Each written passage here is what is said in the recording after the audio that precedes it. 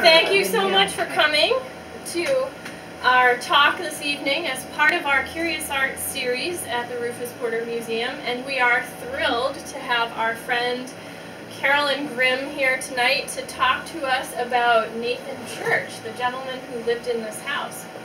I have my little cheat sheet here so I can tell you a little bit about Caroline. She moved to Bridgton with her family when she was 7 years old, and she grew up surrounded by historic houses. Steeped in stories of the past, and her curiosity got the better of her. She immersed herself in local history for the sheer joy of uncovering the past lives of neighbors long gone, and she wrote her first paper on the topic in high school.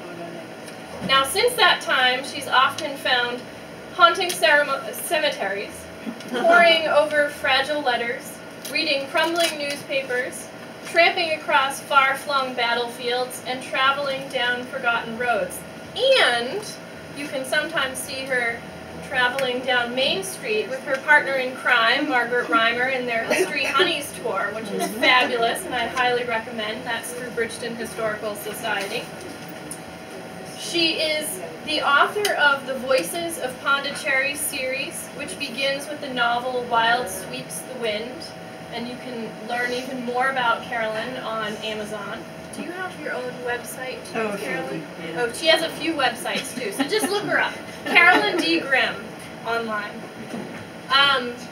You know, in introducing you, Caroline, I forgot to introduce myself. I am Martha Cummings, the director of Rufus Porter Museum, so please forgive me, my head is kind of swirling tonight.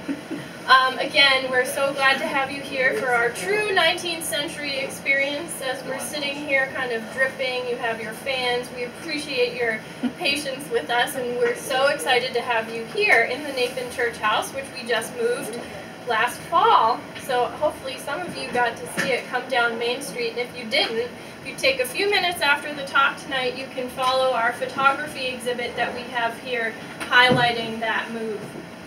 Just a couple of other things, and I'm going to turn it over to Caroline. We have an ice cream social on Saturday here outside. We're going to have some wonderful kids activities. Ice cream, it's going to be from 12 to 2. In the newspaper it says 12 to 4, but we've amended that to 12 to 2.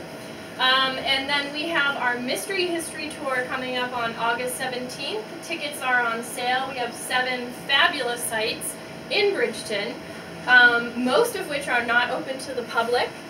Some wonderful wallpaper and other details in some of these grand places, so we invite you to join us that day. That's Thursday, August 17th from 2 to 6. But now we will go back in time with Caroline and learning more about Nathan Church. So, thank you. Thank you. Well, I want to begin tonight talking about not Nathan Church, because I happened to come across something just today that I thought you might be interested in. So this is a book called Short as Any Dream, and it was written by Elizabeth Shepley Sargent. She is one of the descendants of the Purley family, who, of course, was one of the early families here. And last year on the Mystery History Tour, we had Enoch Purley's cabin as one of the stops. And I got to be there and hang out on the lake with that. But she was the holder of some of the Purley family memorabilia. And I'm getting a note from the back saying louder. We got the fans. Yeah, we got the fans to deal with. So I will try to do my best teacher voice. Okay. So anyway, she was the owner of some of the Purley family memorabilia, and she kind of felt it as a burden more, I think, than a privilege. So it's sort of like laid heavy on her shoulders. But she wrote a memoir, and it was the only novel that she wrote. She took the story of the family that she had been told over and over again, year after year after year, and she fictionalized it. And in the front of this particular copy of the book, it shows the key so that you can figure out who she's really talking about. So she changed the Purley family to the Penton family, and the Feathertons were the Fessendens. So she's changed up a lot of things, but you can still figure out who the people are. So I'm going to give you a little excerpt from it that I just came across today. And it's Enoch Purley and two of his daughters. And they're talking about something that the daughters want. And Enoch Purley was very tight with a buck. But he could not say no to his children, particularly his daughters. He wanted them to have all of the fine things.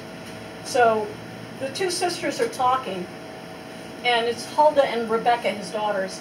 And Huldah says, "Sister and I were talking of an oilcloth, sir." And then Nancy says, "Yes, Rufus Jones has consented to paint us an oilcloth. 'Twill be very handsome, a dark green with a border of another color. Rufus is anxious at his occupation.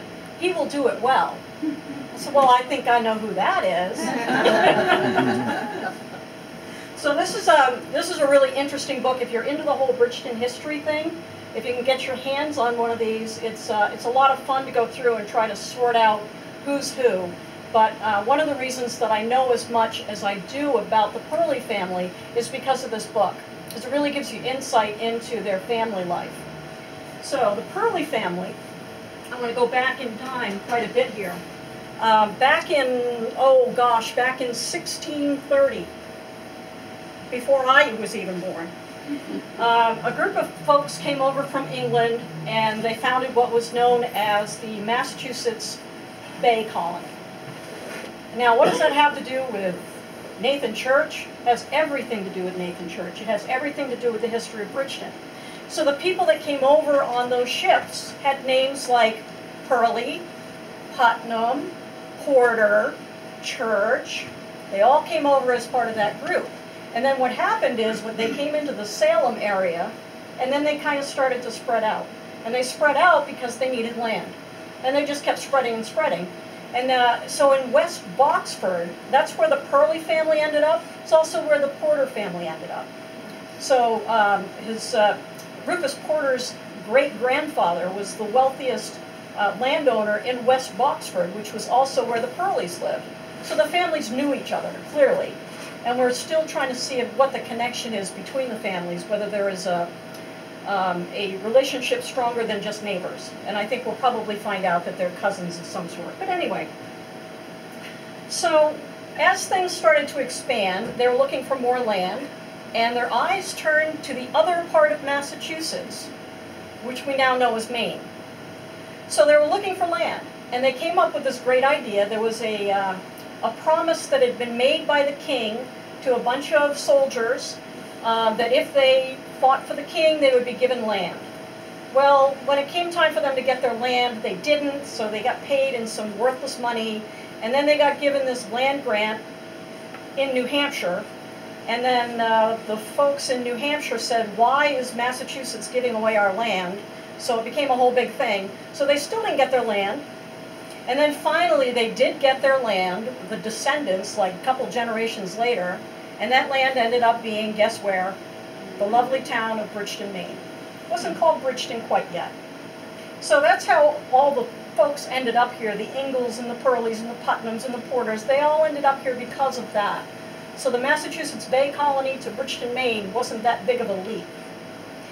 So the Church family was in Massachusetts. They were in Hadley, or South Hadley, to be more direct. Have you been to South Hadley? We went several times. Oh, wow. We have some possible, We know nothing. You may find out that you're cousins. I was going to say we're not family, though. So, the proprietors of Bridgton had to do certain things. They had to get 30 families settled. They had to build a meeting house. They had to find a settled minister for the area. He had to be a learned Protestant minister. None of that other kind. Learned Protestant minister. So what they did, it took them a while to get those 30 families because there was all kinds of stuff. There was a Revolutionary War, there was stuff, it was a whole thing. So we know that Enoch Purley was up here in 1773, because he wrote a letter back to his family in Massachusetts. So he was up here building houses, and he was hunting for the people. He was hoping to get a moose to see the people through the winter. So he has a lot of letters that he wrote to his brother Thomas, so we have a lot of information about his family and what was going on in the area. So once they got things a little bit under control, because I mean it was wilderness, it was just wall-to-wall trees. It was, you know, you just imagine like looking out every day at like wall-to-wall trees and how oppressive that might be. But once they finally got some settlement going, they decided that they had to have a place to hold their meetings, their Sunday meetings.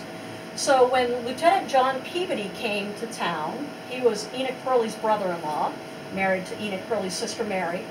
They built his house in South Bridgton so that it had a room large enough to hold a church service. And that's where the church services were held for a number of years. So as time moved on, they started saying, well, we really need to get a settled minister now. So they went looking, but they didn't look very far, because Enoch Pearlie and Mrs. Peabody had this nephew. Well, they had a niece who was married to a minister. He had just graduated from Dartmouth College. So he said, hey, how about you come up here? So he came up here for a little while and seems to have been here before he was officially the pastor. But once they got him up here, 1788, yeah, 1788, he came up here. It was a big year for Nathan Church because he got a job, which allowed him to get married. And then he came up here and within a year had his first daughter, Harriet. So it was a very busy year. They came up here to this house. So this house was built for them so that they would have a place to live. Now I'm not sure whether Mrs. Church came up that first year or not, because he got the job in November and they got married in December. I saw one note that said, one record that said their oldest daughter, who was born 9 months and a day later, it said that she was born in South Hadley. So it's possible that Mrs. Church stayed down there for a little while until maybe they got the house finished or something along those lines.